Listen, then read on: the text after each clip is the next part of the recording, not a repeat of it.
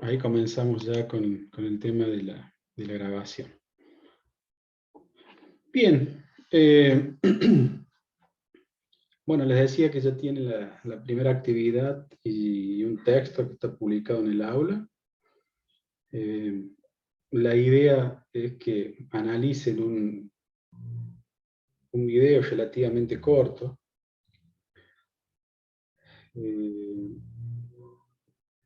Digamos, lo que se percibe, el propósito es que ustedes puedan ver la relación entre filosofía y ciencia, filosofía y conocimiento científico.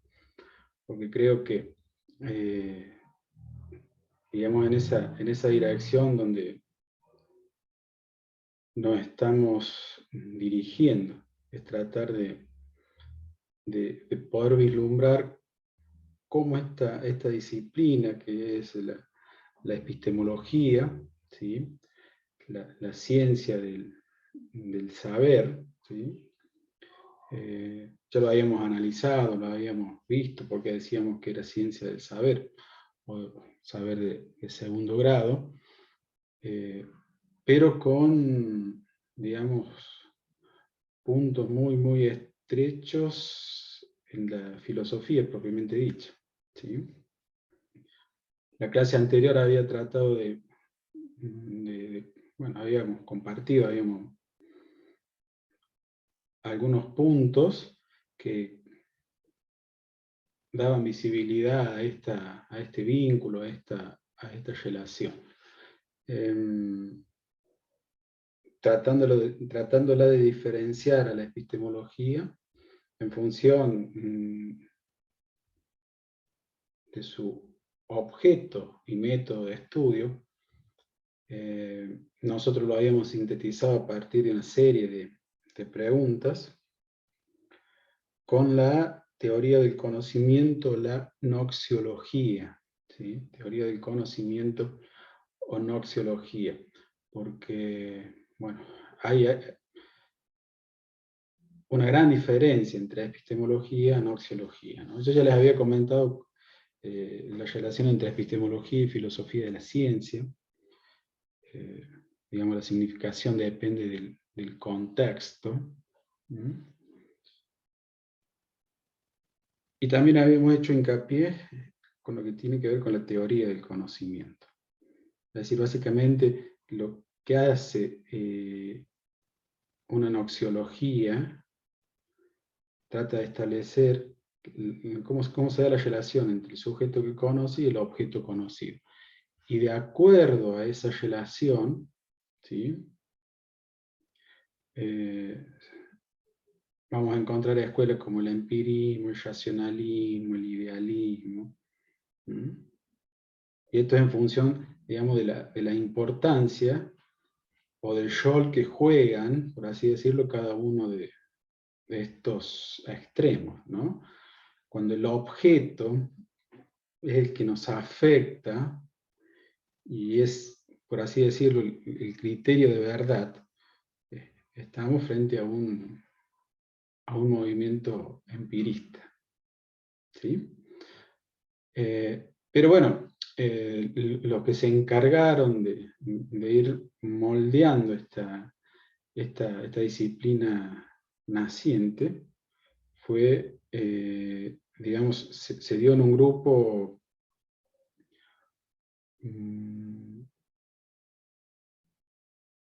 que lo podamos identificar o lo podamos situar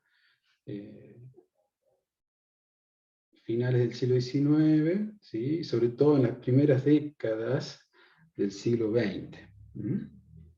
Entonces, el objetivo de ello era buscar una disciplina, pero que no sea tan filosófica, ¿no? Que no sea tan reflexiva, que sea científica, ¿sí? Y en ese ser científico, se expresaba naturalmente la concepción del positivismo, ¿sí? La concepción del positivismo que en algunas oportunidades ustedes ya lo han definido, ¿sí? Ahora, el trabajo fuerte, por así decirlo, es de un grupo que sigue esta concepción, pero con algunas diferencias, ¿no? Como va a ser el neopositivismo o el denominado empirismo lógico. Entonces, es en ese seno donde se va a delinear esta nueva disciplina, esta nueva ciencia, que se conoce con el nombre de epistemología, ¿no? Ya sabemos el alcance etimológico que tiene, episteme es ciencia, que en la antigüedad, por ejemplo, Platón la diferenciaba de la doxa, ¿sí? De aquel conocimiento que no es justificado, no es fundado, ¿no? Sino que se vale por una mera opinión, ¿sí? Habría que ver, después habría que analizar si ese conocimiento tiene algún grado de certeza, ¿no?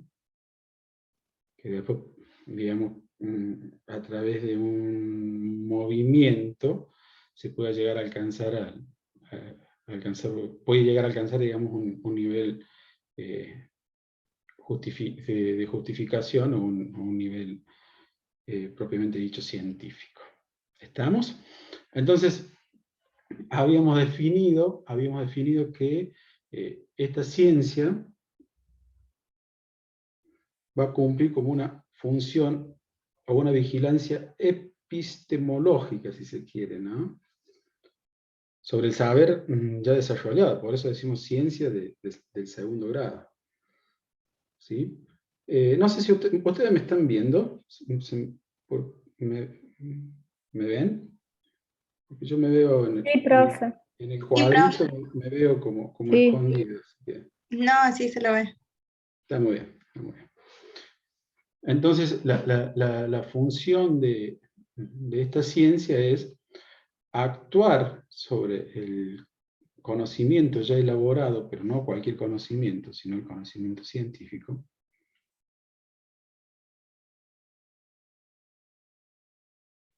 y a partir de esa realidad tratar de diferenciar lo científico de aquello que no es científico. Entonces, en este sentido, nos vamos a enfrentar con un problema bastante difícil y que ha generado a lo largo de la historia de la epistemología, de la filosofía de la ciencia, debates muy profundos, ¿no? Y que quizás hasta el día de hoy no han sido cerrados. Es decir, ¿a qué consideramos científico? ¿A qué llamamos científico? ¿Se entiende? Entonces, a partir de esta introducción, creo que estamos en condiciones de que ustedes vayan conociendo que nos vamos a encontrar con diferentes corrientes epistemológicas. Capaz que yo ya se lo dije a esto, ¿sí? Disculpen por redundar, pero bueno, siempre ayuda.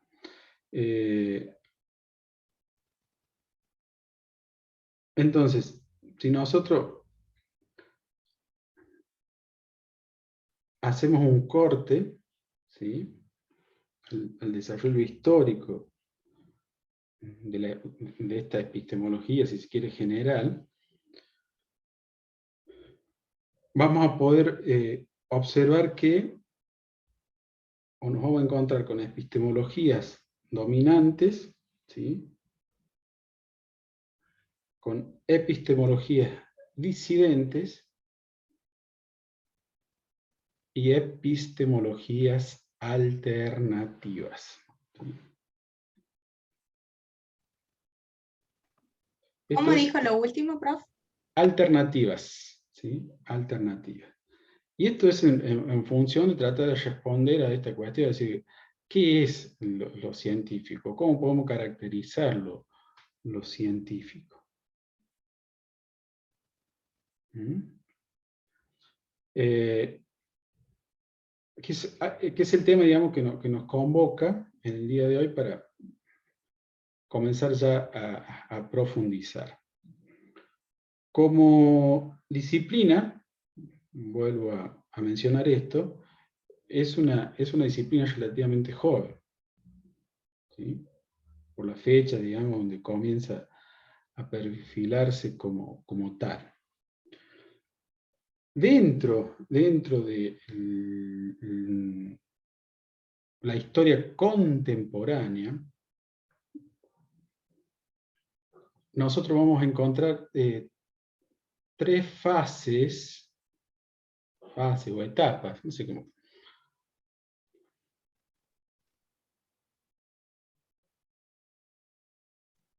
Que son, digamos, fácil de detectar. Una fase clásica, la fase historicista y la fase modelista.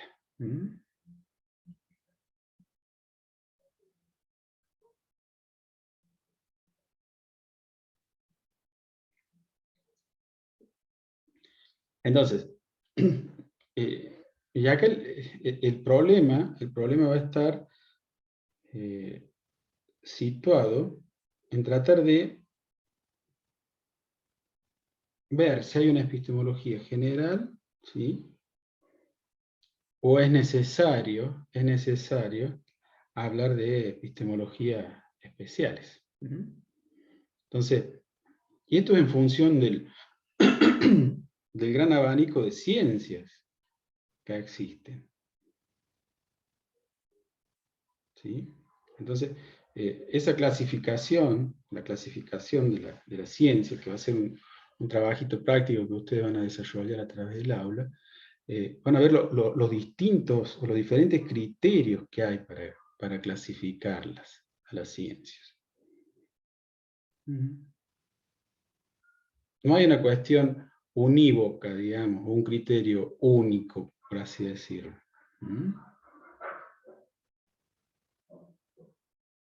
Vamos a ver que, de acuerdo al posicionamiento o la ideología del filósofo de la ciencia, bueno, va a ser la clasificación que propone. ¿Estamos? Entonces, nosotros vamos a definir, vamos a caracterizar bien estas fases y nos vamos a centrar sobre todo en las dos primeras fases, ¿sí? En la fase clásica y en la historicista. La fase clásica la vamos a tratar de llegar hoy y comenzar, digamos, el análisis. A partir de este grupo del neopositivismo, a través de que se conformó y adquirió, digamos, el nombre, o se dio en lo que se denominó Círculo de Viena. Que por así decirlo son los padres de la epistemología.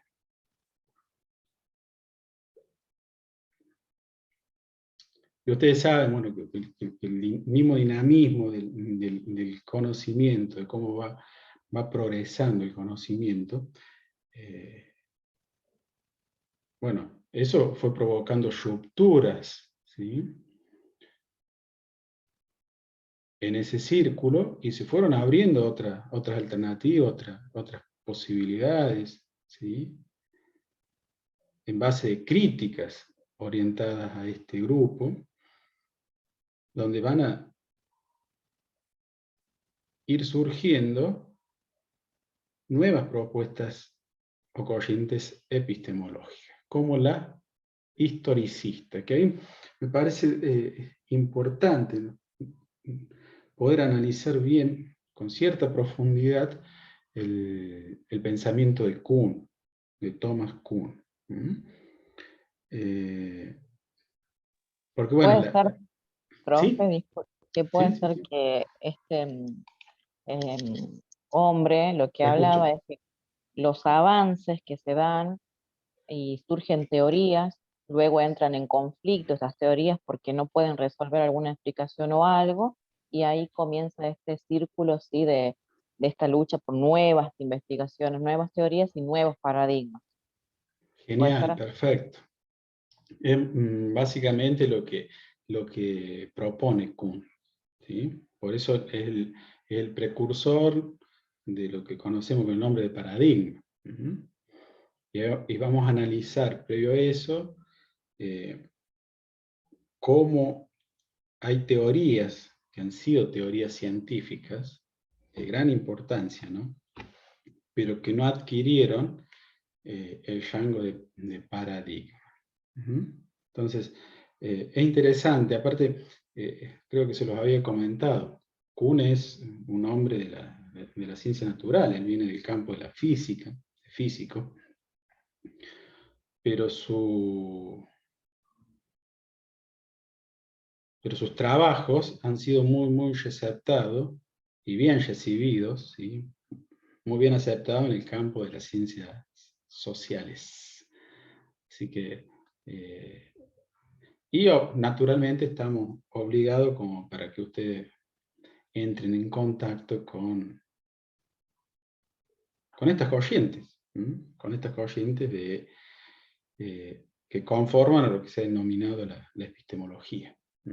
Por eso es un ámbito, es una disciplina que en sí mismo es muy problemática.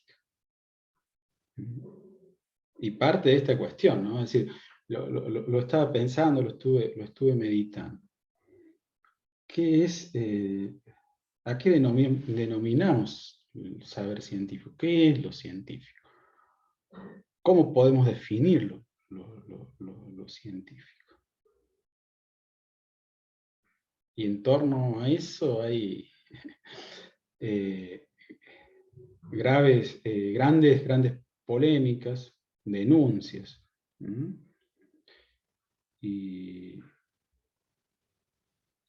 que es necesario que sobre lo cual nosotros debemos reflexionar, debemos pensar, y sobre todo para tener esta amplitud. Esta amplitud. Y de paso también poder vislumbrar, digamos, de dónde o a partir de qué concepción puedo ir justificando mi objeto de estudio, mi método y mi objeto de estudio. Ustedes se están formando para ser tecnólogos de la educación. Entonces, a partir de la teoría que ustedes reciban en el recorrido de las diferentes instancias, de las diferentes materias, van a ir adquiriendo una forma, ¿sí?, de mirar la cosa. Van a adquirir teoría, van a adquirir fundamentos. Y eso les va a permitir hacer aportes en este campo e ir resignificando, construyendo, reconstruyendo, desconstruyendo lo que muchos ya lo vienen haciendo, ¿no? Entonces, por eso también lo chico de la epistemología.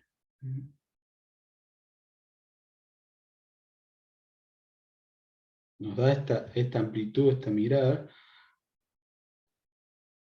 y obviamente una herramienta esencial que nos va a permitir justificar nuestro estatus científico. ¿Estamos? Bien. Entonces, vamos a compartir pantalla. La idea es mostrarles a grandes rasgos cómo se caracterizan estas fases, ¿sí? El tipo de clasificación de la ciencia.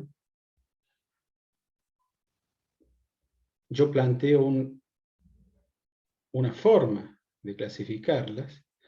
Cuando ustedes se encuentren con el texto y cuando vean este tema de la pluralidad, si se quiere, de perspectiva, es decir, cómo clasificamos la ciencia, bueno, nos vamos a ir enfrentando ahí con un problema, ¿sí? Entonces, como para ir considerando estas preguntas, es decir, ¿qué es lo que define, a lo científico? ¿Sí? O el conocimiento científico. Y la otra, es decir, ¿es necesario, basta con una epistemología general? ¿O deben existir epistemologías de acuerdo a las ciencias que existen, o las disciplinas que existen? Serían, en este caso, epistemologías especiales. Entonces, esto es como para ir pensándolo. Para ir pensándolo. Entonces, vamos a ver cómo se...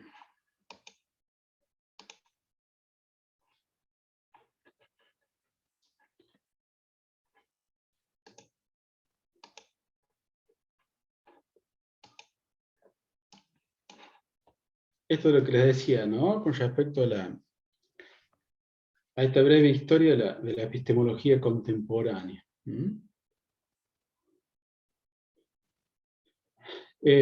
A ver, lo puse en amarillo, ¿no? Veremos si tomamos autores antes del siglo XX. La idea es, en esta propuesta de esta cursada, es hacer una epistemología más bien contemporánea, o sea, profundizar más en los autores contemporáneos, en función de esta clasificación que vamos a analizar.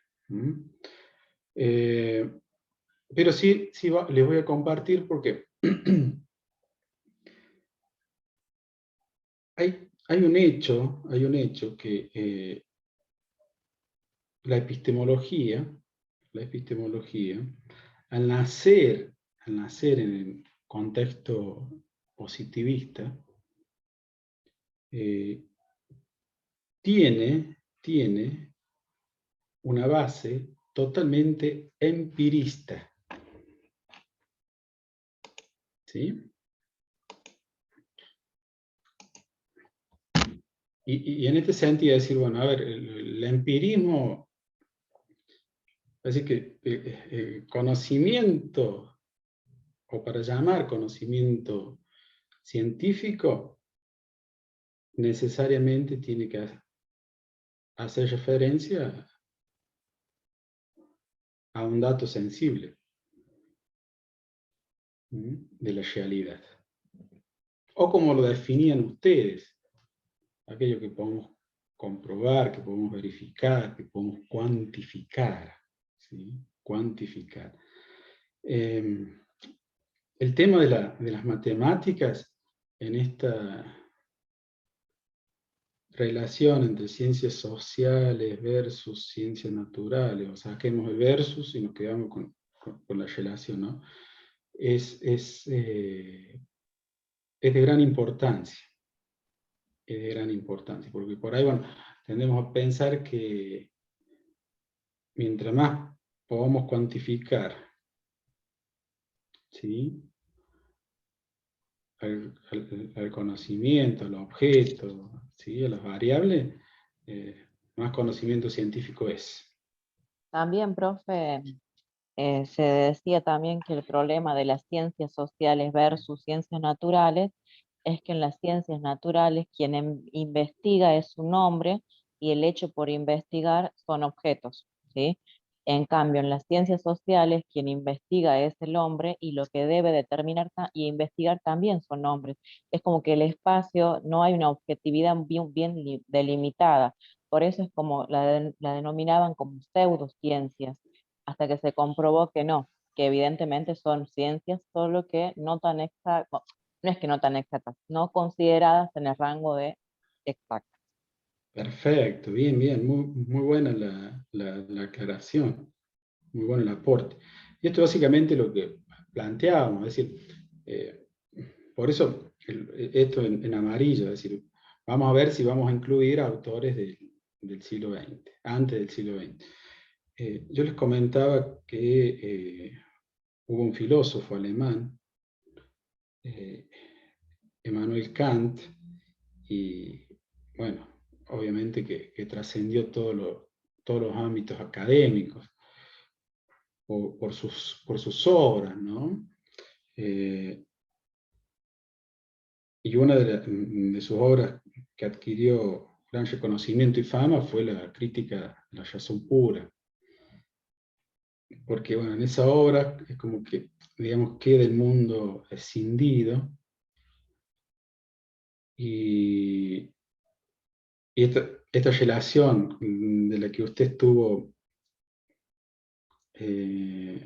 diciéndonos, comentándonos, entre el científico, ¿sí? Entre el científico que se encarga de estudiar los objetos, digamos, en el ámbito de las ciencias naturales, es muy distinto, ¿sí? Es muy distinto a lo que sucede en las ciencias sociales.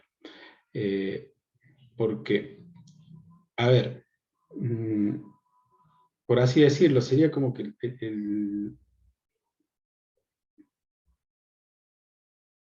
el científico de las ciencias naturales, ¿sí? Es él, o sea, el científico, que de una forma u otra impone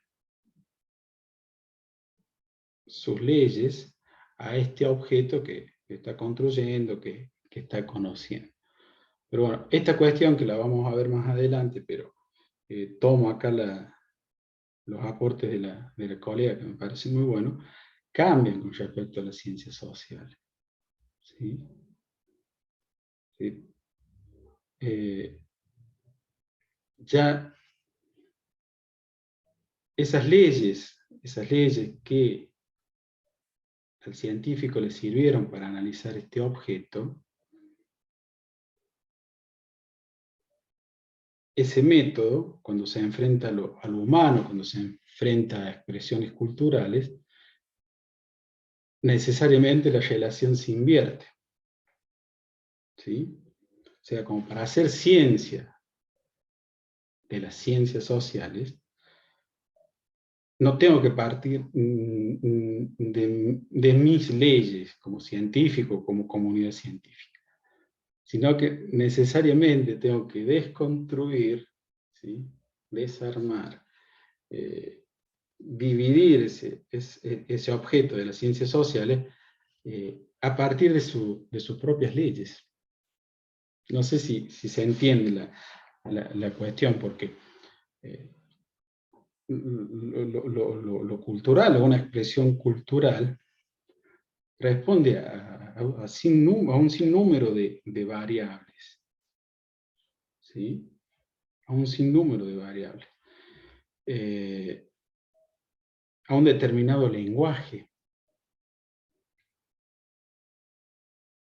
A un determinado lenguaje.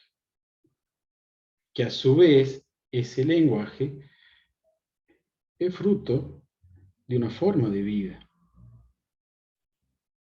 Que es particular, digamos, a la población o a la localidad, al pueblo, al lugar donde se está aplicando el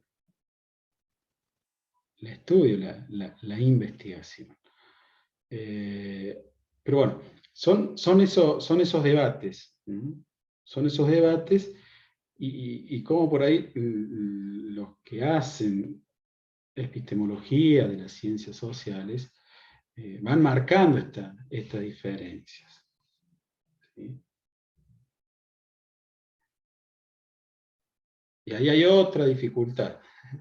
Otra dificultad porque hemos visto que hay llamas dentro de las ciencias sociales que pecan, por así decirlo, pecan, y esto lo van a comprobar ustedes cuando lean el texto que vamos a publicar en el aula, de los criterios, o esta, digamos, esta gran, digamos,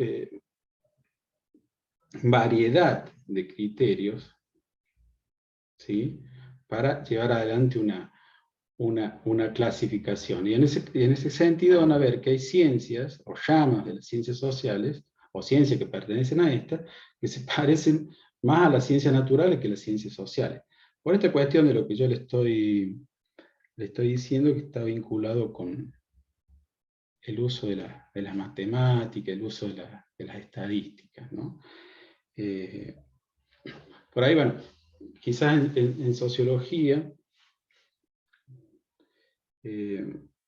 siempre los clásicos que se leen son, bueno, Marx, Durkheim, Weber,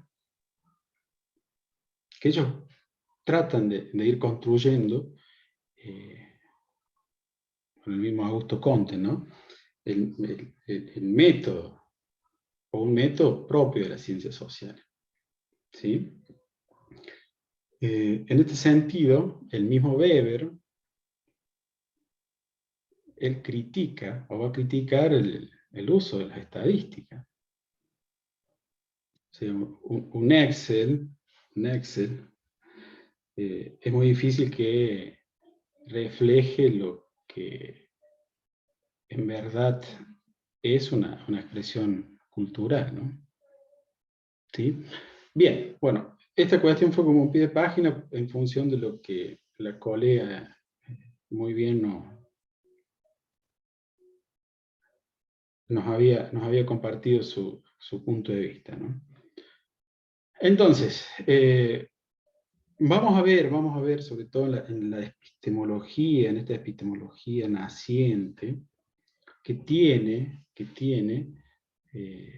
una base empirista muy importante. Y si hacemos un análisis, una línea de tiempo, tenemos que retroceder al 1600. Y nos vamos a encontrar con los trabajos, por ejemplo, de Bacon. ¿Sí? Bacon.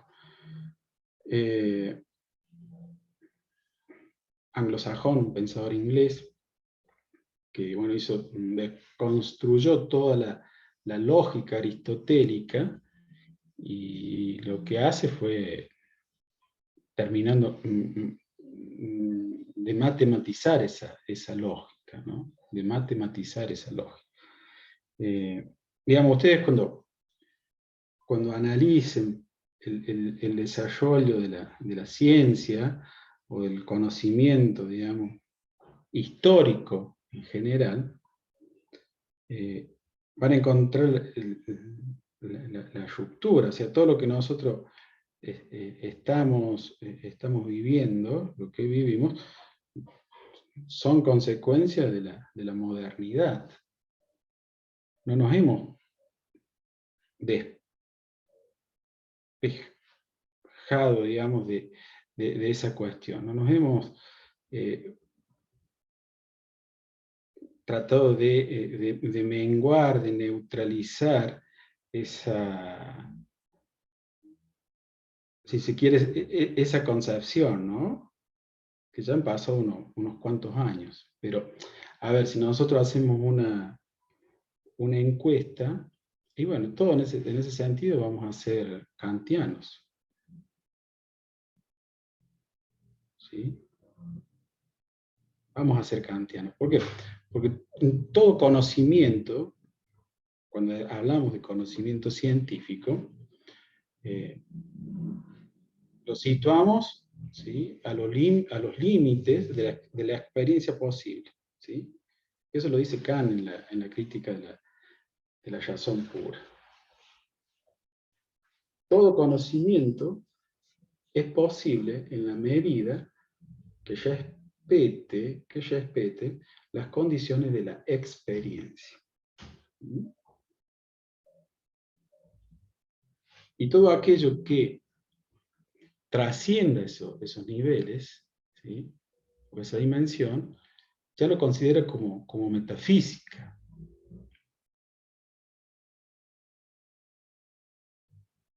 ¿Sí? Ya lo considera como metafísica. Entonces,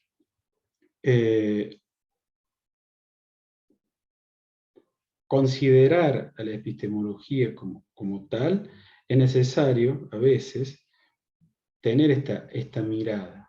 Es decir, cómo a partir de este cambio de paradigma que se da en la modernidad, ¿sí?, comienza ya a perfilarse esta nueva disciplina, que se profesionaliza en el siglo XX, pero tiene sus raíces en esa época.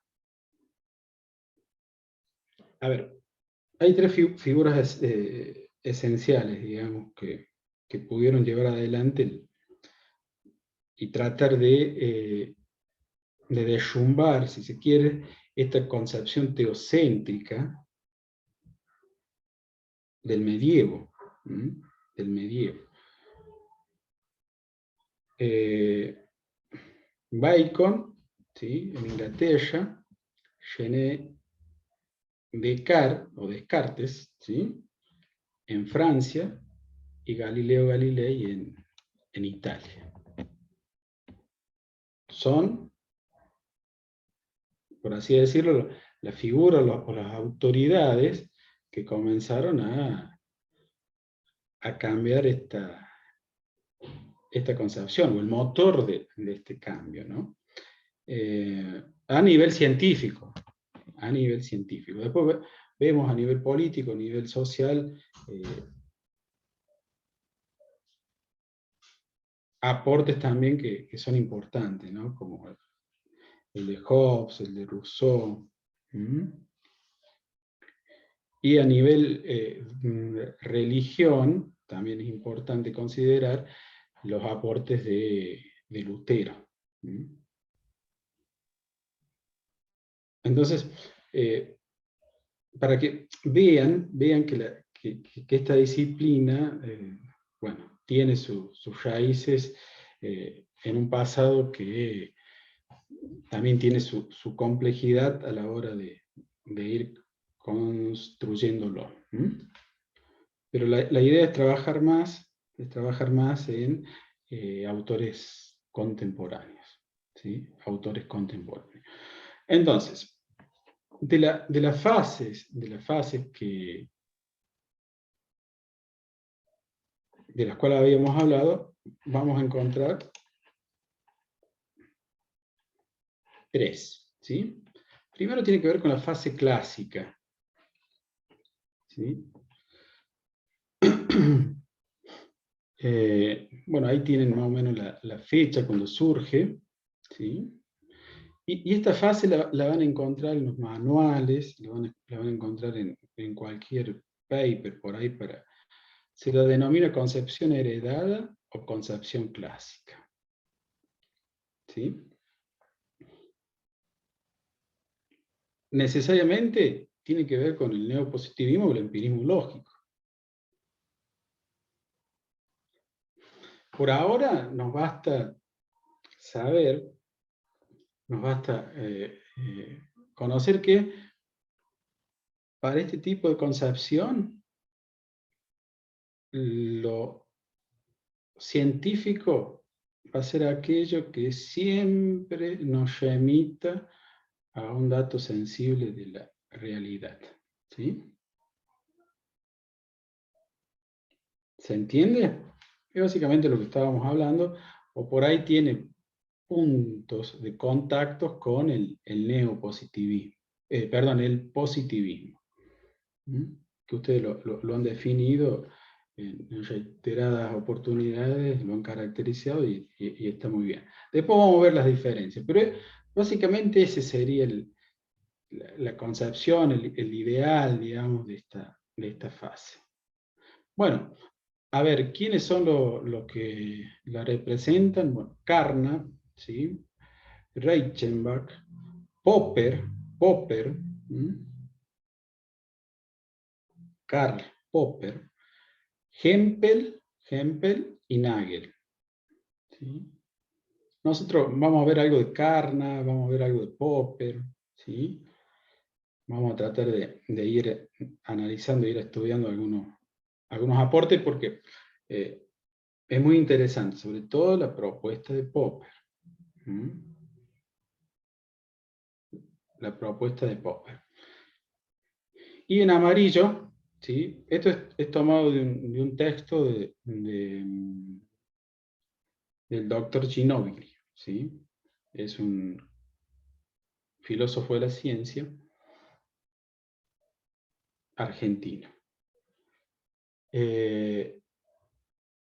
Y en esta misma fase, digamos, en esta misma concepción, podemos situar dos personalidades, dos autoridades en el tema, argentinos.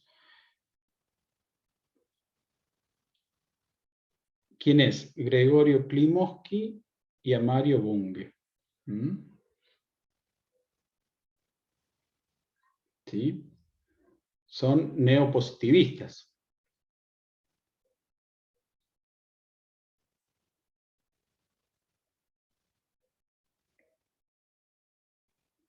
Así, bueno, Mario Bunge, creo que falleció el año pasado, sí, 2020-2019 falleció el doctor Bunge. Él hizo casi toda su carrera en Canadá. ¿Sí? En Canadá. Bueno, muy crítico de algunas ciencias. De algunas ciencias. Y en ese sentido podemos ir viendo que va a ir compartiendo algunos puntos con Popper. ¿Sí? A ver, Popper, ya lo vamos a leer, pero se lo voy adelantando, él hace una comparación entre tres tipos de saberes. ¿Sí? Los acepta, son tres tipos de saberes. Saber científico, pero de naturaleza, si se quiere, distinta. El saber de la física, por ejemplo, consideramos ahí alguna fuerza, alguna fórmula, ¿sí? Respecto a la aceleración de los cuerpos.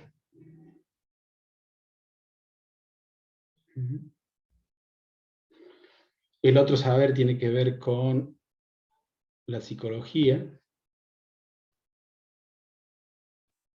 y el otro saber tiene que ver con la propuesta de Marx, con el marxismo. ¿Estamos? Entonces, para ustedes, vamos a jugar un poquito en este sentido. Para ustedes, de acuerdo a estos tres saberes, ¿sí?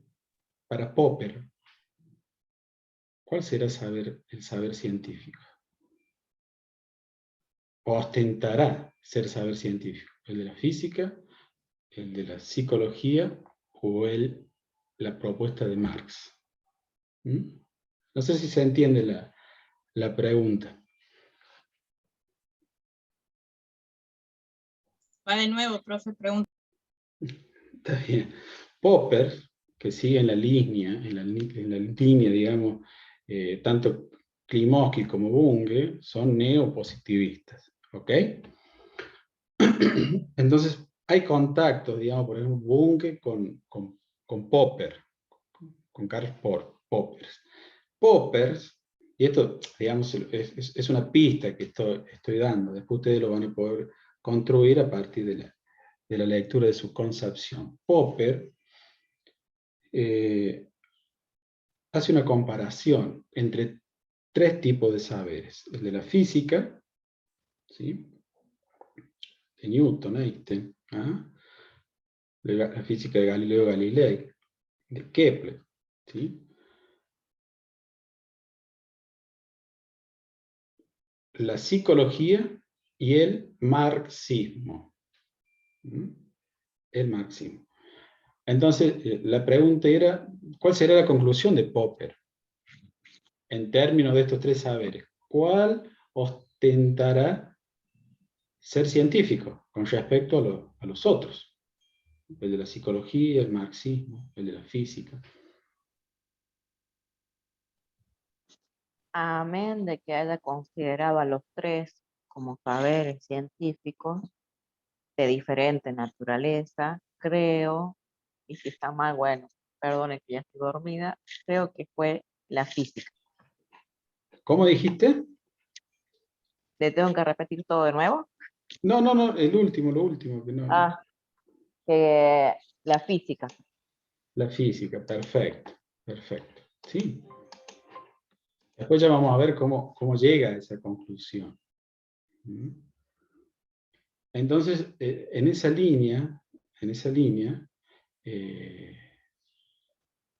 es la que sigue nuestro compatriota Mario Bunge. ¿Mm? Y discute en ese sentido, ¿no? Discute y pone ciertos límites y directamente a estas expresiones que son saber, bueno, las denomina como pseudociencias. ¿Mm? Entonces, en ese sentido fue un ferviente defensor del neopositivismo. Y vamos a ver que tuvo algunos problemas en algunas universidades, porque, bueno, por algunas carreras que se intentaron crear y se opuso. ¿Mm? Así que, bueno, es interesante este cuadro como para profundizarlo.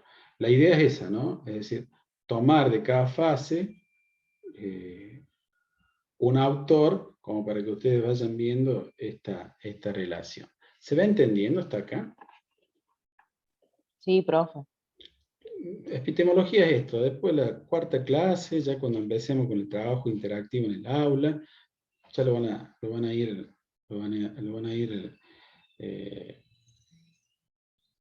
comprendiendo, lo van a ir reflexionándolo mejor. Bueno, al principio es como una cuestión que se presenta algo como un escollo bastante duro de sortear, pero no, es a medida que vamos, lo vamos desarrollando, ¿no? De hecho, también los textos que se seleccionan tienen una lógica para que obviamente los acompañen en esta empresa, ¿no? Entonces esa sería la fase clásica, ¿no? De acuerdo a la clasificación, ¿sí?, contemporánea de la epistemología, si se quiere, como disciplina. Como disciplina. Bien, la segunda fase, la historicista. Y en este sentido, bueno, se inicia ya en los años 70, como ustedes pueden leer, contra la concepción heredada. ¿Sí? Y ahí hay un pie de página o un sin embargo, ¿no? Es decir, que existe obviamente diferencia entre lo que se propone dentro de este movimiento, ¿sí? Pero bueno, por ahí comparten algunos puntos en común con la corriente que gobernó, digamos, en la fase clásica. A ver, como para considerar alguna diferencia, es decir, la concepción heredada, o lo que tiene que ver con el neopositivismo, el empirismo lógico, ellos establecían ciertas reglas, ¿sí?, de las cuales se podía derivar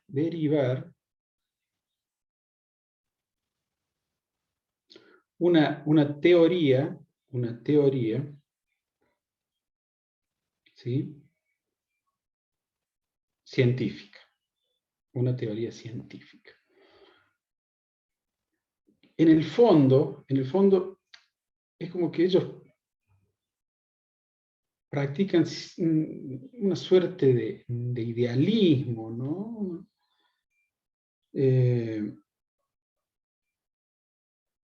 Porque bueno, se basan, eso de idealismo lo ponemos entre comillas, ¿sí?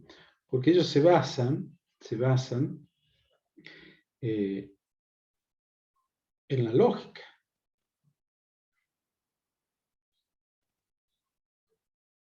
La lógica propiamente dicha tiene como objeto o propósito brindarnos ciertas herramientas que nos permitan razonar correctamente. ¿Sí? Eso, digamos, sería como una definición de la lógica clásica, de la lógica antigua. Pero recuerden que a esa lógica se le injerta o se le suma la matemática.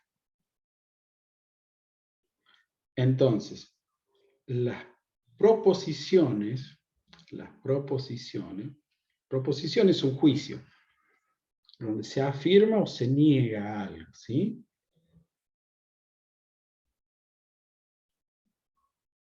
Entonces, en la lógica clásica, vamos a encontrar lo que se denomina el silogismo. El silogismo, o los silogismos, son o es una expresión material de nuestro razonamiento.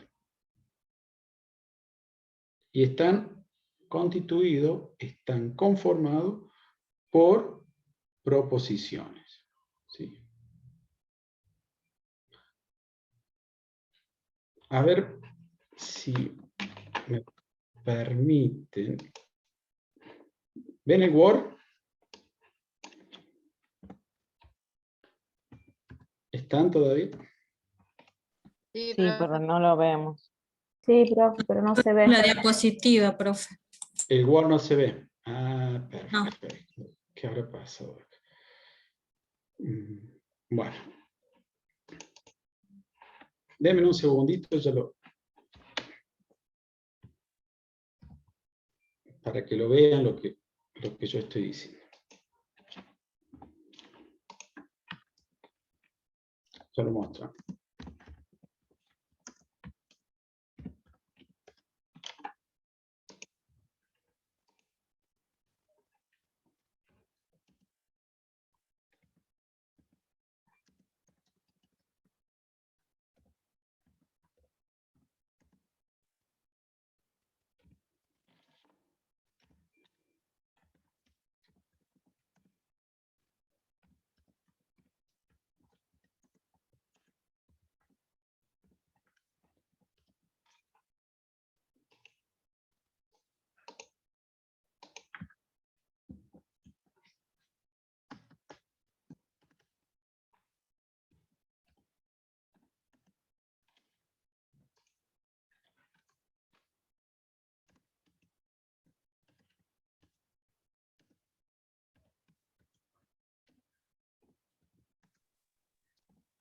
Está buscando, profe, el ejemplo de las proposiciones. No, se lo estoy escribiendo. Ah, bien. Se lo estoy escribiendo y ya se lo muestro. Porque si no...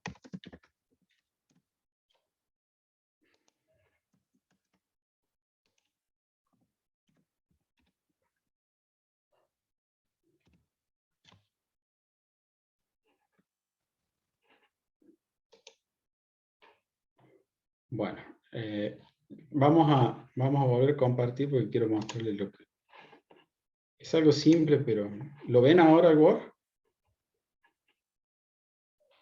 Sí, profe. Sí, profe. Sí, profe. Genial, genial. Esta es una cuestión muy sintética de lo que sería un silogismo, ¿no? Lo que están viendo, ¿sí? Lo que están viendo responde a lo que se ha denominado la lógica clásica. La lógica clásica está contenida en un libro aristotélico que se denomina el Organon. ¿Sí? El Organon. Entonces, hay diferentes formas, o establecen diferentes reglas que nos permiten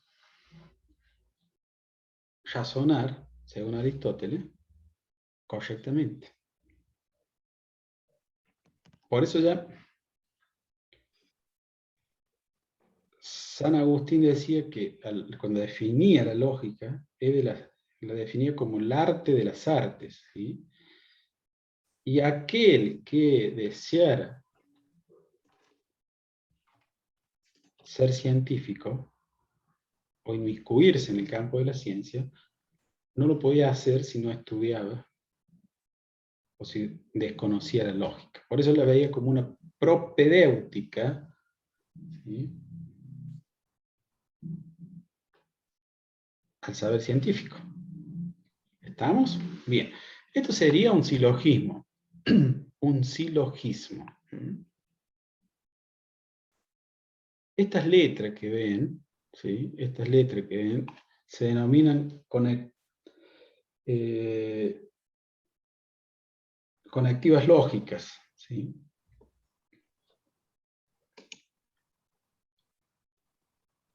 Entonces,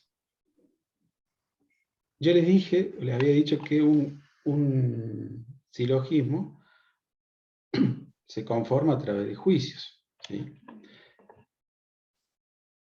Esos juicios son afirmativos o negativos, ¿sí? En este caso estamos hablando de juicios afirmativos.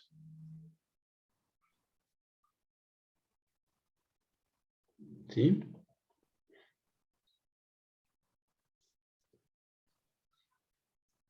Entonces, cuando decimos todo hombre es bueno, es una proposición universal, ¿sí? Universal. Cuando decimos algún hombre bueno, es una proposición particular. Entonces, aquel que oficia como término medio es hombre.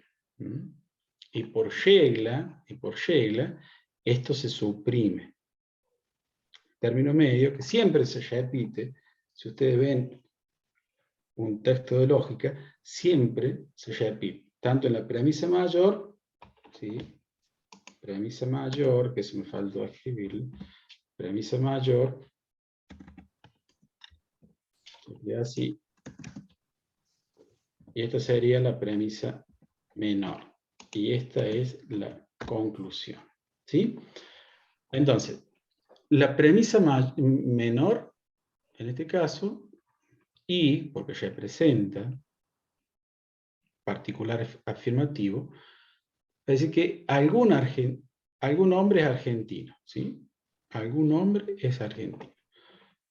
Entonces, en la conclusión, siempre la conclusión en la lógica clásica, en la parte de los silogismos, sigue la parte más débil. La parte más débil, en este caso, tiene que ver con lo particular, lo singular, ¿sí? Entonces, se concluye, algún argentino es bueno. Básicamente, por esa vía circula todo lo que tiene que ver con la lógica clásica. ¿Por qué? Esto, según los lógicos, es una expresión material de nuestro razonamiento.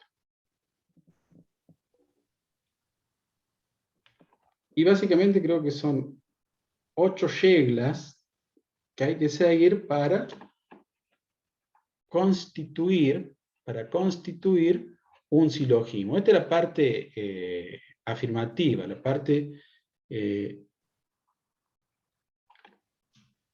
cuando negamos lo negativo, o cuando se niega en una proposición, está representado por la letra E y la letra O, ¿sí? En el caso de la letra O, sigue particular negativo, ¿sí? Sigue la parte débil, ¿no? Y la E representa la parte universal, ¿sí? Entonces, pero hay un número de reglas que tenemos que seguir para construir este razonamiento. Para construir este razonamiento. Eso sucede en la lógica clásica, que va a cambiar sustancialmente a partir de estos trabajos que yo le estaba diciendo de Bacon. 1600, a partir de 1600 esto comienza a adquirir otra significación. Entonces, al matematizarse esta lógica, ¿sí? Las proposiciones son suplantadas, ¿sí? Por letras. En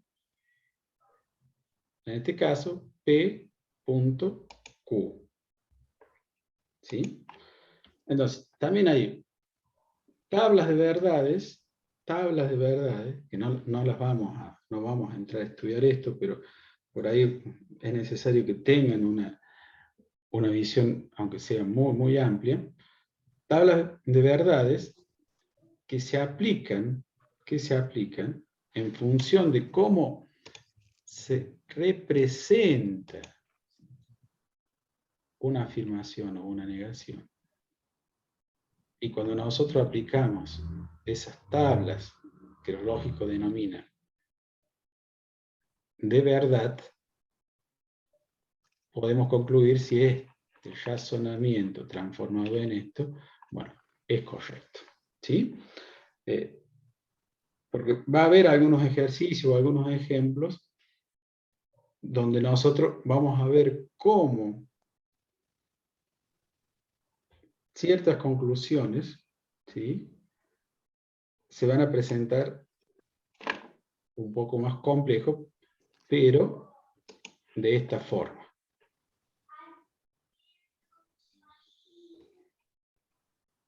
¿Sí? Bueno. Como para que ustedes tengan presente este tema. ¿Sí? Y ustedes por ahí se pueden preguntar, ¿por qué el tema de la lógica?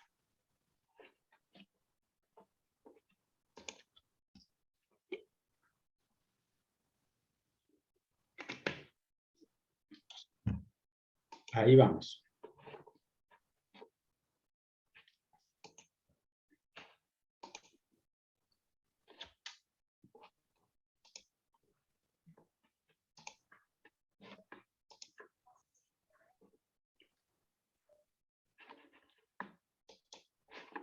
¿Lo ven? ¿Están viendo ahora?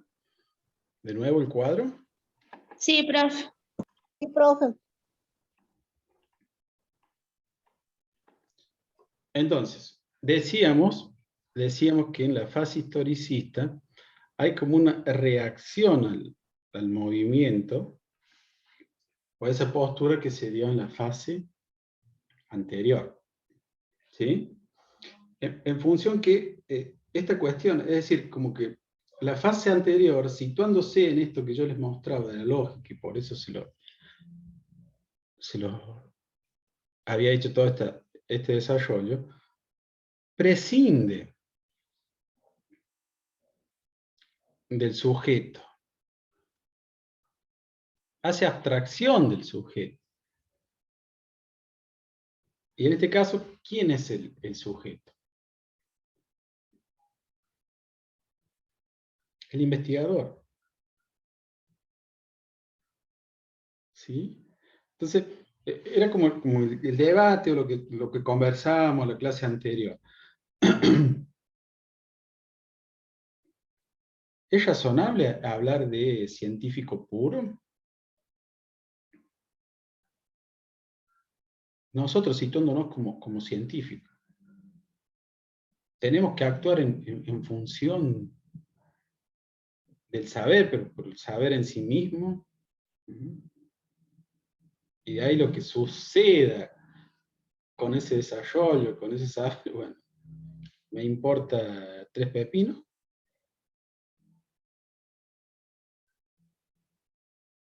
O necesariamente ese sujeto, bueno, complementa esta acción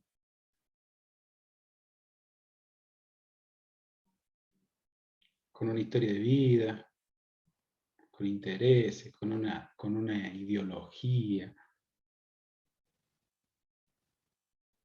con un contexto. ¿Sí? No sé si se va entendiendo la cuestión. Y es lo que propone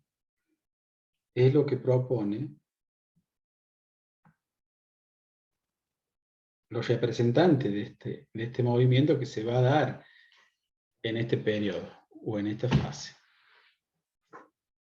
¿Sí?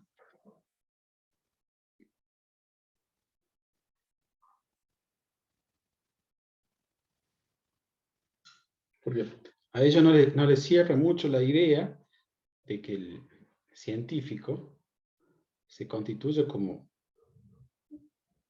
un yo, puro yo.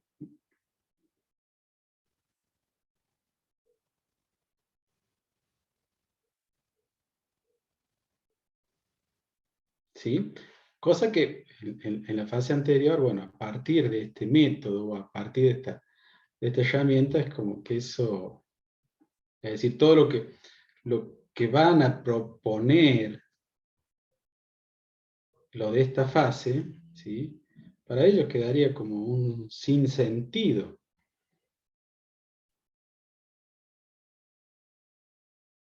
¿Sí? Un sinsentido.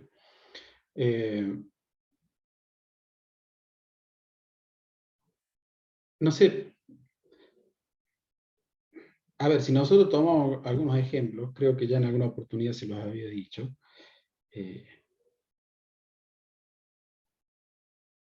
la cuestión irruptiva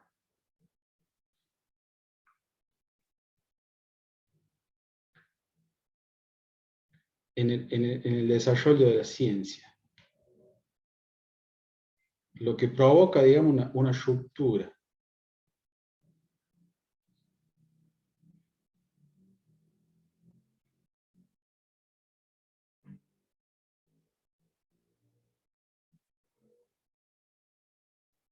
Y hay trabajos, digamos, en ese sentido, que abonan a esta cuestión. Que esa ruptura, ¿sí? O que esa iluminación que en un momento determinado tuvo un científico y gracias a esa iluminación pudo llevar adelante un descubrimiento, lo disruptivo,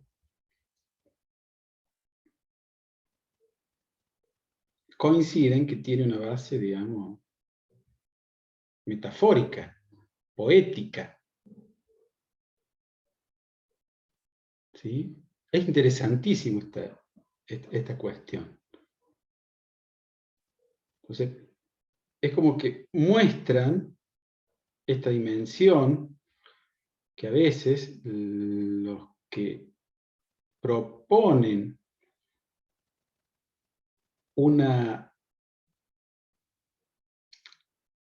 abstracción o un método donde como que el sujeto queda, digo sujeto, la subjetividad, al lado, ¿sí?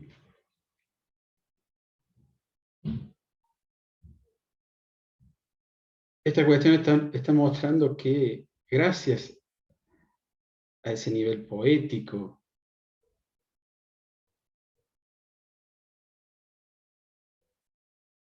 a esa cuestión que encarna en sí mismo ciertos valores han permitido esta iluminación, esta apertura. Porque un descubrimiento científico es eso. Es la capacidad que tuvo ese científico en función de trabajos ya anteriormente realizados, bueno, producir una apertura.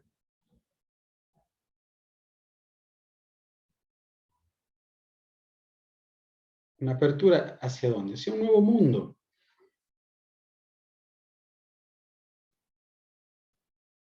Entonces, y en ese aspecto, el lenguaje metafórico es muy interesante. Es muy interesante. El mismo Galileo Galilei, cuando comienza con sus trabajos, trata, digamos, de derrumbar siglos de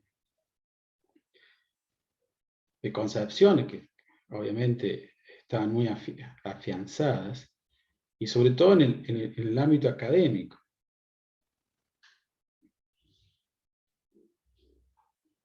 ¿Sí? Porque tanto, bueno, a ver, en el caso de Descartes, Renato Descartes, filósofo francés, él nunca desarrolló su trabajo en una universidad. ¿Sí? Al contrario, todos coinciden con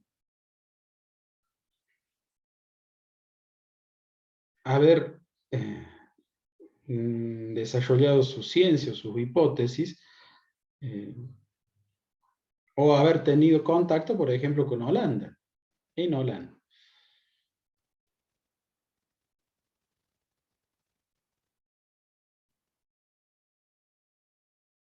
¿Sí? Es como para reflexionar esta cuestión.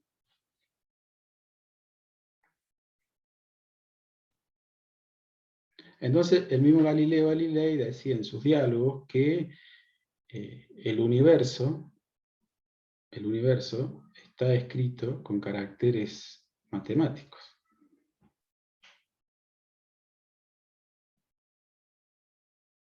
Y nuestra misión, nuestra función es tratar de descodificar ese mensaje. Entonces, ahí podemos ver la fuerza, sobre todo en el momento en que se produce un descubrimiento, se va construyendo una nueva teoría, del lenguaje metafórico.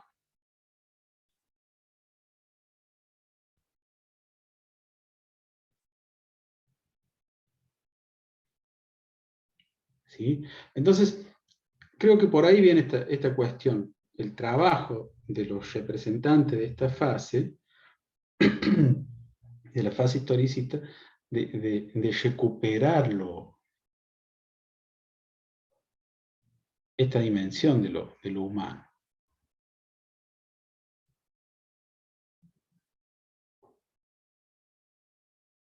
¿Sí? Y naturalmente echa por tierra esta concepción, es decir, a ver, la ciencia moderna es mucho más ciencia que la ciencia antigua. ¿Por qué? Porque la ciencia moderna se basaba en los hechos, hacía cuantificación de esos hechos,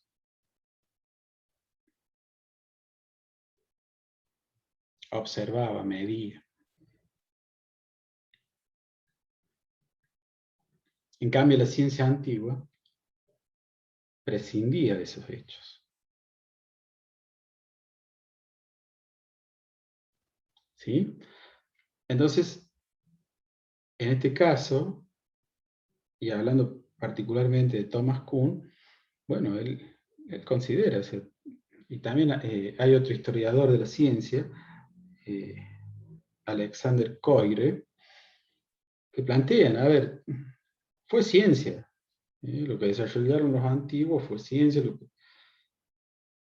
desarrollaron por ahí los medievales también fue ciencia. Porque todo eso no depende de ciertas reglas o leyes lógicas.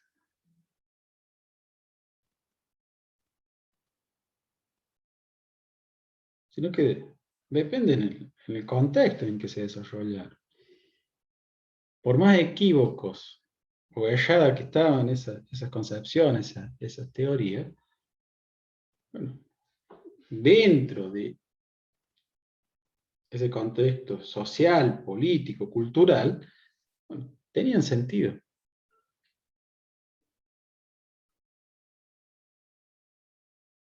Tenían sentido. Un claro ejemplo que después lo vamos a ver, sucedía con los problemas que tenía el calendario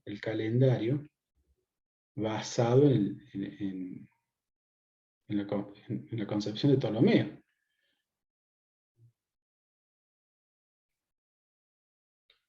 ¿Sí? Postulando, digamos, el geocentrismo.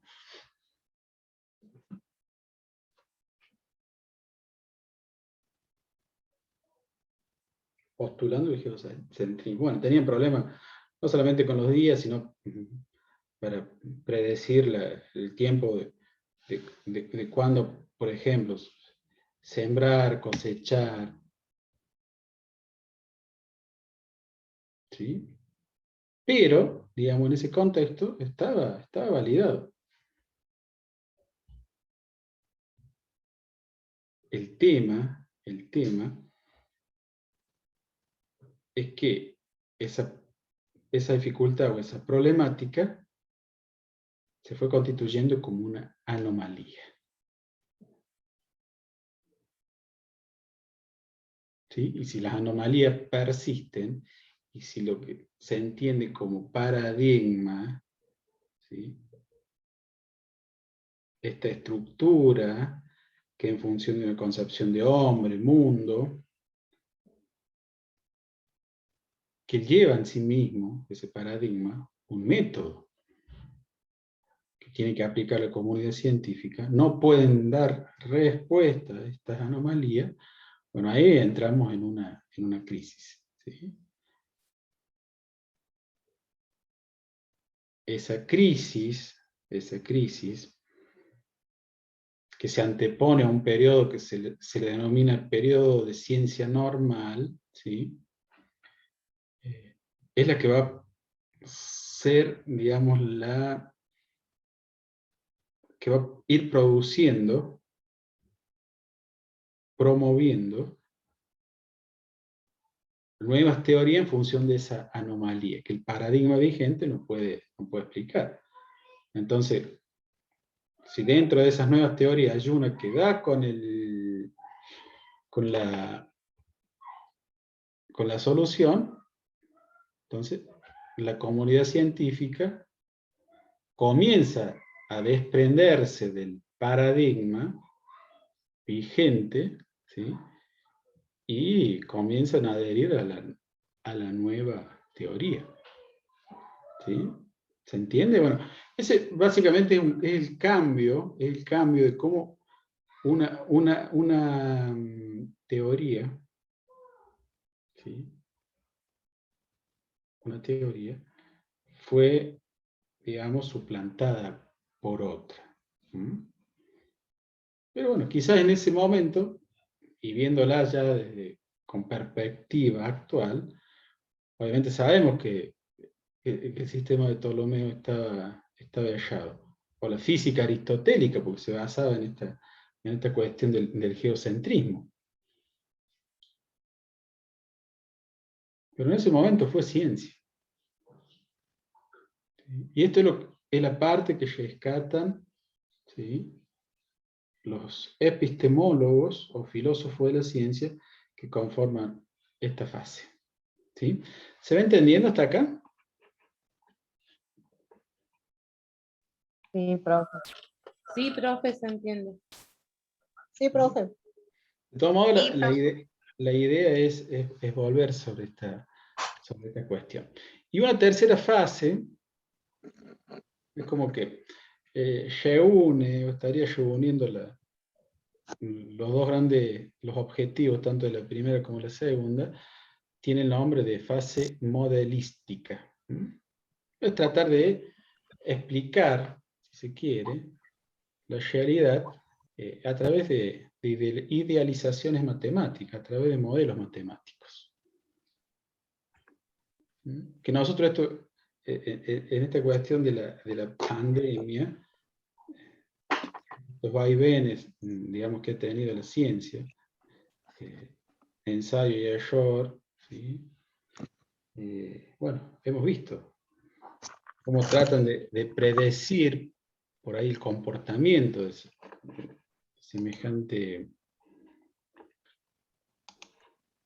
semejante suceso, ¿sí?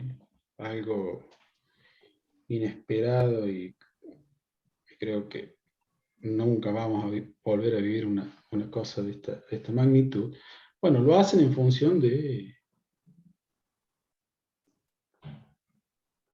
modelos.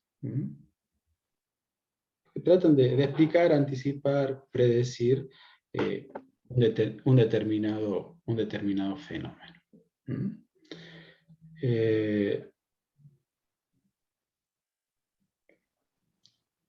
Y acá creo que interviene la cuestión esta mucho la estadística, ¿no? El tema de las modelizaciones.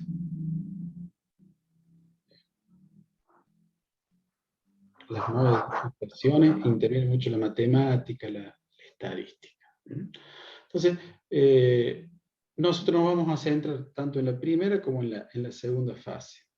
Después veremos algunos ejemplos de la tercera fase, ¿no? Bien. Entonces, a ver,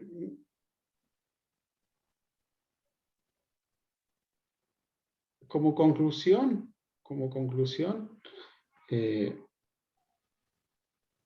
vamos, de acuerdo a la ciencia, de acuerdo a la ciencia que practiquemos, de acuerdo a la clasificación esta que en sí mismo comporta cierta problemática, bueno, vamos a encontrar presencia de estas corrientes que conforman las distintas fases, ¿no?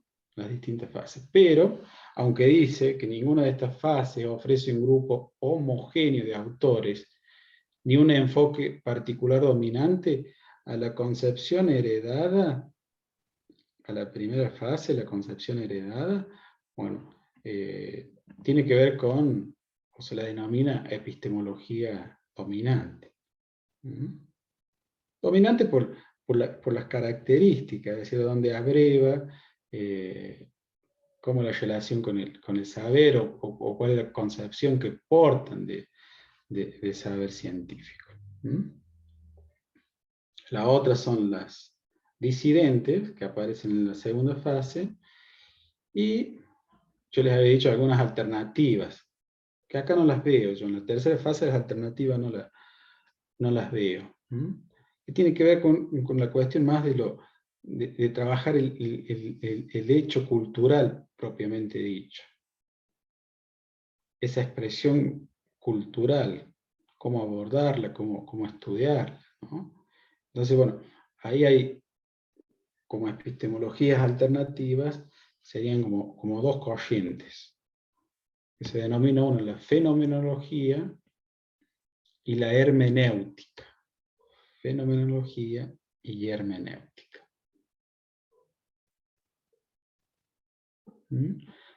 Que necesariamente apuntan a la construcción de un término teórico que conforma una teoría. Ya después vamos a ver la clasificación entre términos teóricos, términos no teóricos, leyes especiales. Bueno, todo eso lo vamos a ir analizando y lo vamos a ir estudiando, ¿no? Entonces, para la epistemología o las epistemologías alternativas abrevan, ¿sí? Abrevan o comulgan con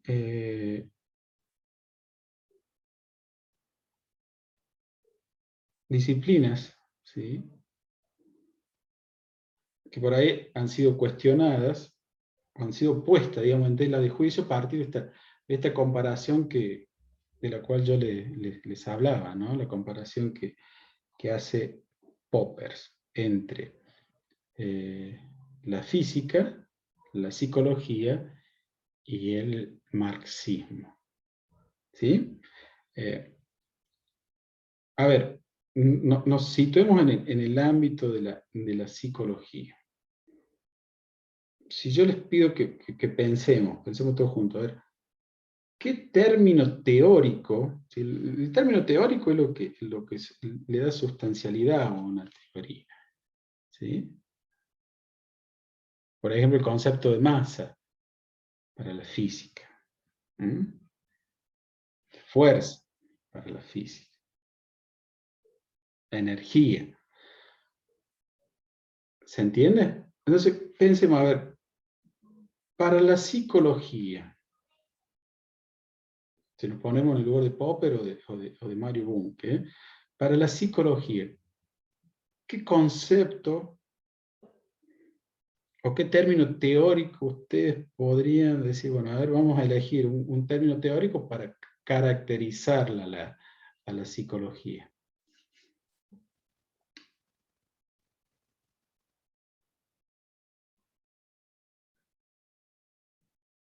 Que es propio por ahí de la llama del psicoanálisis.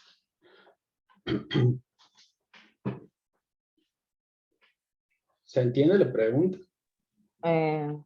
No, profe, perdón. ¿Cómo es? No, yo les decía la diferencia entre término teórico y no teórico, ¿no? El término teórico es lo que le da sustancialidad o razón de ser a una teoría científica. Ujú. ¿Sí? Entonces, volviendo al ejemplo sobre el cual Popper hace esta comparativa, ¿sí? Sí. Yo les propongo que pensemos qué término teórico podemos utilizar para caracterizar o que sería el término propio, término teórico propio, digamos, de la psicología. La conducta. La conducta. Perfecto. Bien. A ver, ¿algún otro concepto? O algún otro término, mejor dicho.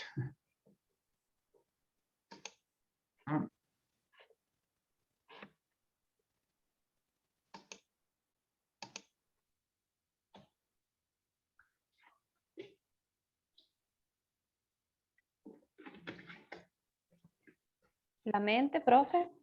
La mente, bien. Ahí está. Bueno, ahí tenemos dos conceptos. ¿Sí? Dos conceptos. Por un El lado, comportamiento, profe. el comportamiento, conducta, ¿sí? La psiquis. La psiquis. Ahí está. Y por ejemplo, si tomamos el psicoanálisis, es como para hacer una comparación, ¿no? El psicoanálisis, Y ahí sería el consciente, el inconsciente, el bien, preconsciente. perfecto. La El hipnosis que llamó Sigmund Freud. claro, perfecto, ¿sí? O sea, el inconsciente. ¿Qué es el inconsciente? No vamos a... Si yo me levanto ahora a la ventana, es medio difícil de ver un inconsciente caminando por mi vereda.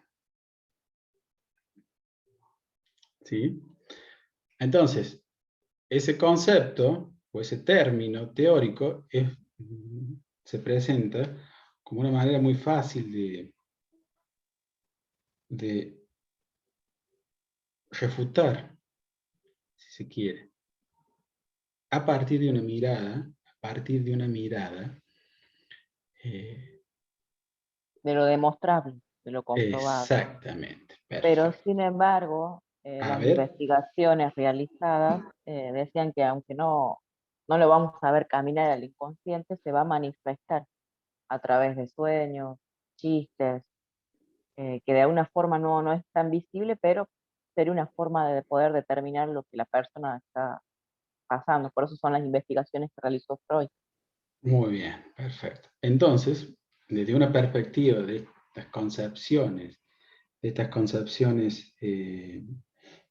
alternativas, es decir, bueno, el inconsciente, como decíamos, esta cuestión que no lo vamos a encontrar caminando, es una construcción, ¿sí? Es una construcción, ¿sí? Y esa construcción, naturalmente, se da en una relación entre terapeuta y paciente, por ejemplo. Sí. Entonces, son digamos, configuraciones para que ustedes traten de ir visualizando ¿A qué apunta un término teórico? con un término teórico y cómo nosotros lo podemos justificar científicamente o epistemológicamente. ¿Sí? Ujú. Porque, a ver, si nosotros queremos explicar sobre el inconsciente, y sí, si partimos de una concepción neopositivista, empirista, estamos quizás un poco perdidos. Creo que nos tenemos que entregar, digamos, a la entrada del partido. En cambio, si lo vemos de esta corriente de la cuestión hermenéutica, de una fenomenología, que apuntan a eso, ¿no? Ahí adquiere significación y sentido. Y tomo lo que ustedes dijeron también, que es importante, la cuestión esta de la conducta, Sí. el comportamiento. De hecho, cuando surge también la ¿Qué- psicología, las investigaciones de Wundt fueron de poder observar, básicamente, medir, cuantificar la realidad que se pretendía estudiar desde la psicología, que antes se decía que era el estudio del alma, y ahí surge analizar el comportamiento, la conducta humana, a través de test, de análisis. Bien, perfecto. Entonces, ver la diferencia, ¿no? Cómo la conducta, a la conducta se la puede medir, se la puede cuantificar, ¿sí?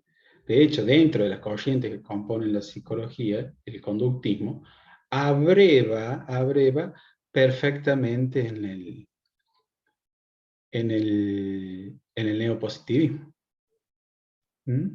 Bueno, son ejemplos que les traje a colación como para que lo pudiéramos ir viendo y haciendo, digamos, una comparativa de esto. Porque las comparaciones son odiosas, pero a veces ayudan a poner luz en algunas cuestiones que van quedando por ahí a veces un poco gris. Apagadas a esta hora, profe.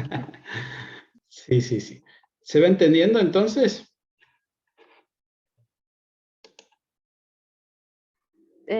Sí, profe. ¿Sí? Si no, pregunten. Si quieren agregar algo, incorporar algo, no hay problema. Entonces, a ver, ya es lo último y bueno, vamos a dejar acá. La pregunta, yo les dije al comienzo que mantuvieran dos tipos de preguntas. Es decir, ¿qué es lo científico? Si es tan fácil de definir. Unívocamente, si se puede definir qué es lo científico. Entonces, vamos viendo que no es tan complicada, tan liviana la cuestión de definirlo. Lo científico es aquello que remite a un dato sensible de la realidad, No, porque estuvimos viendo a través de los ejemplos que se presentan otras, no sé si verdades, pero bueno, otras posibilidades. ¿Sí? Entonces, y ahí surge la otra pregunta. ¿Es conveniente hablar de una epistemología general y esa epistemología la hacemos comulgar con las diferentes disciplinas científicas? o necesariamente deben existir las epistemologías especiales, particulares. ¿Mm? Esa sería, digamos, la pregunta para que usted la reflexione. De todos modos, yo ya voy a compartir este Power, lo voy a subir al aula, y bueno, y un texto que acompañe toda esta cuestión, porque bueno, ahora cuando uno hace un Power va poniendo algunas cuestiones sueltas, ¿no? Como para poder explicar. ¿Sí? Profe, una pregunta, ¿el trabajo que subió tiene fecha límite? No pongo, los foros son ¿Y es abiertos. grupal o es individual? Yo no tengo inconveniente de que trabajen de manera grupal, creo que es al contrario. Me parece que se enriquece más la producción. Bien. Hacen un Meet, un Zoom, ven el video que dura, no sé si media hora, pero es interesante para que vean toda esta cuestión de lo que estuvimos hablando en estas 3 clases. ¿Sí? Ujú. Relación entre filosofía y ciencia, ¿no? Profe, Sí. al trabajo lo va a subir, ¿no? Porque en el aula todavía no hay nada, solamente está el texto que dice epistemología como ciencia y un video, pero no ¿Y, hay una actividad. ¿Y el foro? ¿No hay un foro? No está el foro. No está, también entró Ah, recién y solamente se ve entonces, eso. no me faltó publicárselos porque termino acá y se los publico. Me ha quedado oculto, porque estuve eliminando algunas cosas del año pasado, ocultando otras, y bueno. Sí, es el foro con una consigna en función del video. ¿Sí? Entonces, mire la clasificación esta de ciencias, ¿no? Ciencias formales, ciencias fácticas o naturales. ¿Sí? Dentro de la ciencia formal tenemos la lógica, la matemática, la geometría. Dentro de las ciencias sociales, la psicología, la sociología, la antropología, la historia. Dentro de las ciencias naturales, la biología, la química, la física y la geología. ¿Sí? Entonces, la cuestión es, digamos, como para que reflexionemos en estos días, es decir, si necesariamente con una epistemología general basta para abordar este espectro, ¿sí? Que es bastante amplio, por cierto, o necesariamente tenemos que pensar en epistemologías especiales, una epistemología de la psicología, de la sociología, una epistemología de la biología, de la química, de la física. ¿Mm? Esa sería la cuestión, porque es uno de los otros escollos a los que nos enfrentamos cuando estudiamos o analizamos la epistemología como ciencia. Profe, disculpe, dijo formales, sociales, sí. Claro, en ciencias formales tenemos la lógica, la matemática, ¿sí? Y la Sí. geometría. Ujú. Serían, dentro de estas operan analíticamente, ¿no? Las ciencias analíticas tienen que ver con principios lógicos de identidad, ¿sí? De identidad. Después, en la otra clase se los explico, ¿no? Pero es decir, la relación entre sujeto y predicado. Ujú. Es decir, la identidad es como que el predicado no suma, no aporta nada al sujeto. ¿Sí? Entonces, valen en función de la relación Tienen un, de sus propios términos. Por eso decimos que son verdades analíticas. ¿Se entiende? es como una visión cuantitativa, sería algo así, Una visión. como más cuantitativa, o sea, A ver. como por ejemplo, bueno, la matemática es cuantitativo en relación a los datos, es como No, más sí. fría. Son En ese ciencias, serían ciencias formales y que a la vez sirven, digamos, de soporte apoyo a las otras ciencias. El tema es que las ciencias naturales, ¿sí?, no tienen mayores dificultades de utilizar, como usted dice, este criterio de cuantificación. ¿Sí?